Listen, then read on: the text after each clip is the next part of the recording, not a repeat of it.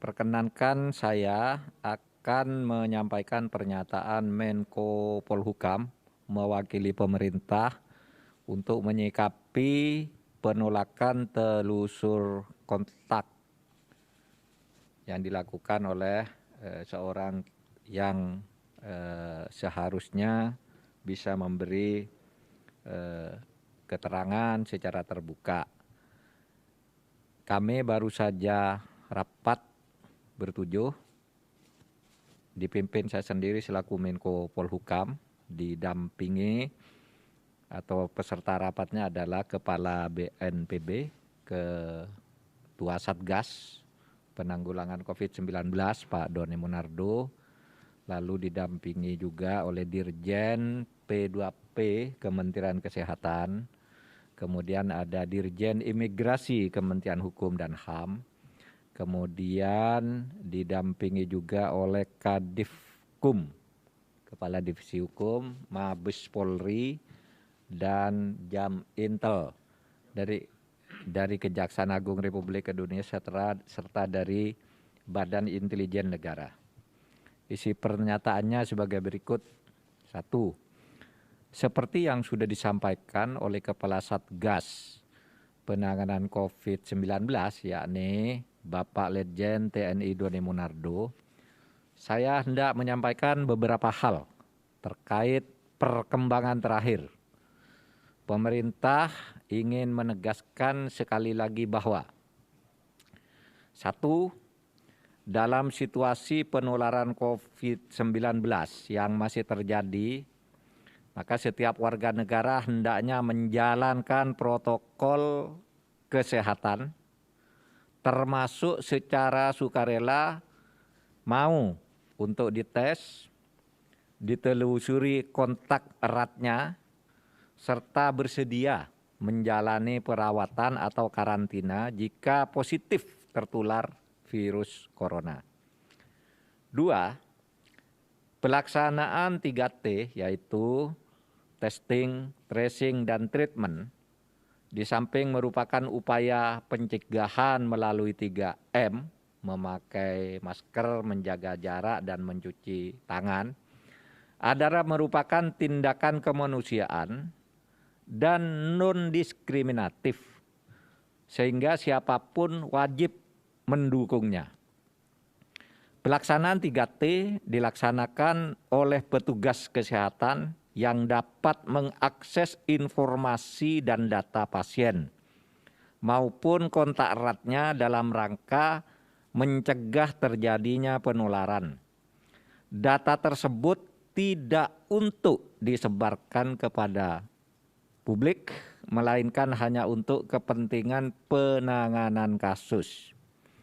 Yang ketiga, kami sangat menyesalkan sikap Saudara Muhammad Rizik Syihab yang menolak untuk dilakukan penelusuran kontak, mengingat yang bersangkutan pernah melakukan kontak erat dengan pasien COVID-19.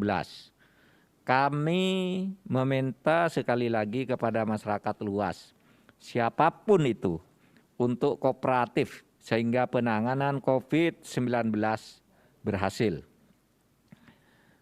4. Pemerintah akan melakukan langkah dan tindakan tegas bagi siapapun yang melanggar ketentuan yang membahayakan keselamatan dan kesehatan masyarakat. Nah, terkait dengan itu, maka pemerintah juga menegaskan akan terus dilakukan proses-proses hukum sesuai dengan hukum yang berlaku demi kebaikan bersama dan dalam rangka tugas negara atau tugas pemerintah untuk melaksanakan upaya pencapaian tujuan negara. Berdasarkan Undang-Undang Nomor 36 Tahun 2009 tentang kesehatan, memang ada ketentuan hak pasien untuk tidak membuka atau untuk meminta agar catatan kesehatannya itu tidak dibuka. Artinya itu dilindungi. Setiap pasien berhak untuk meminta agar rekod kesehatannya tidak dibuka kepada umum. Itu berdasar Undang-Undang Nomor 36 Tahun 2009. Tetapi di sini berlaku dalil lex specialis derogat legi generalis. Bahwa kalau ada hukum khusus, maka ketentuan yang umum seperti itu bisa disimpangi atau tidak harus diberlakukan.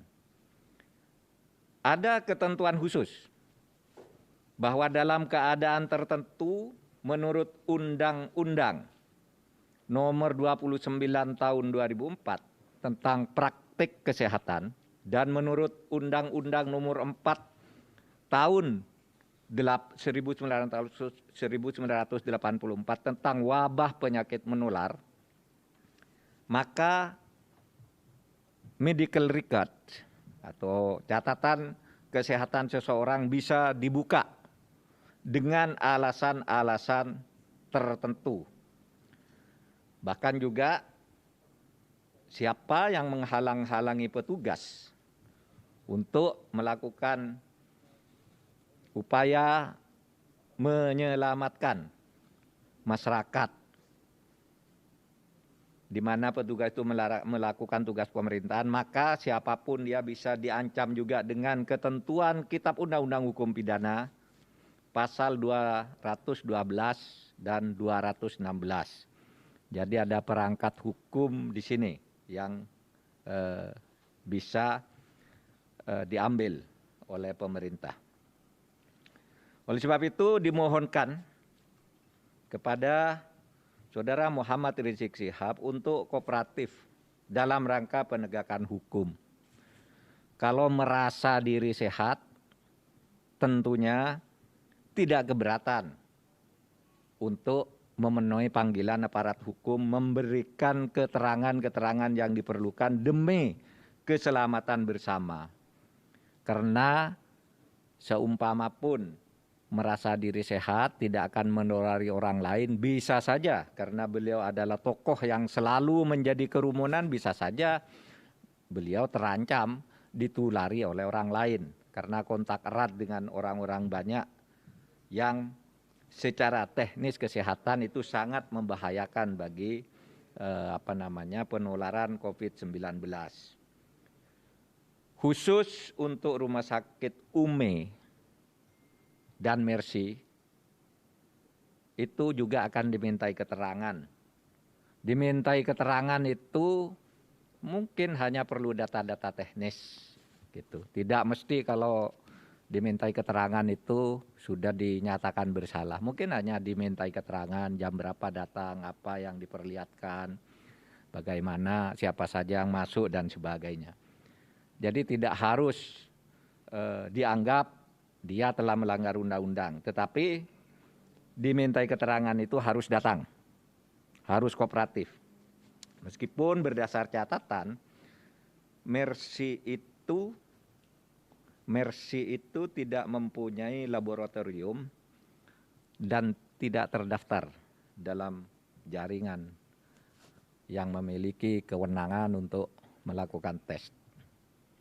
Sekian, tidak ada tanya jawab.